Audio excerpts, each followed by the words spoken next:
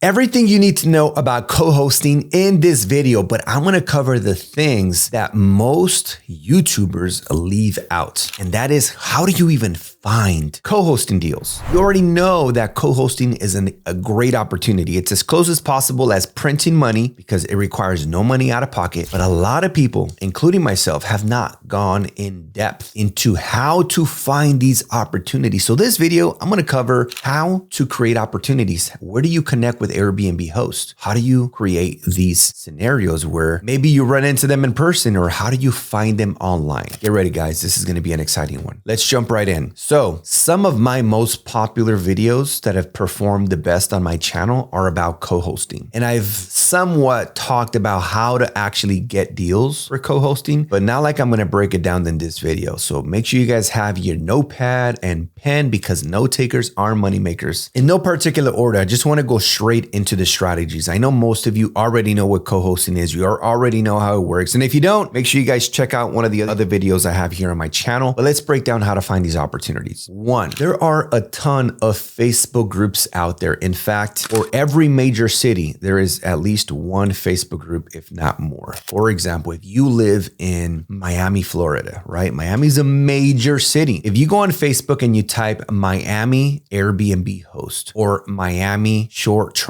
rentals, or Miami vacation rental host, right? Just play with the words, vacation rentals, STRs, Airbnbs with the city. And you're going to find that, again, every major city has a Facebook group that is created not by the city. It's owned and operated by Airbnb hosts themselves. And what you want to do is join these Facebook groups so that you can be a part of the community now, so that you can communicate with other Airbnb hosts in the area. You're going to notice that a lot of people will go into these Facebook groups and they will ask questions, especially the newbies, right? So they go in there and they ask questions like, hey, how do you submit a claim if somebody left the house extra dirty, or any types of questions? And those with a little more experience will chime in and they just support each other. Now, what tends to happen is those who typically answer more of the questions, who start to become the experts in that group or are perceived as the experts in the group, they're the ones who generate the most opportunities. Now, you might be saying, well, Jorge, I'm not an expert. I'm not going to be able to answer those questions. In fact, you might be the person asking the questions. That's okay, because that person who's answering questions at one point was that person who was asking the questions, and they just got experience over the years. And now they're,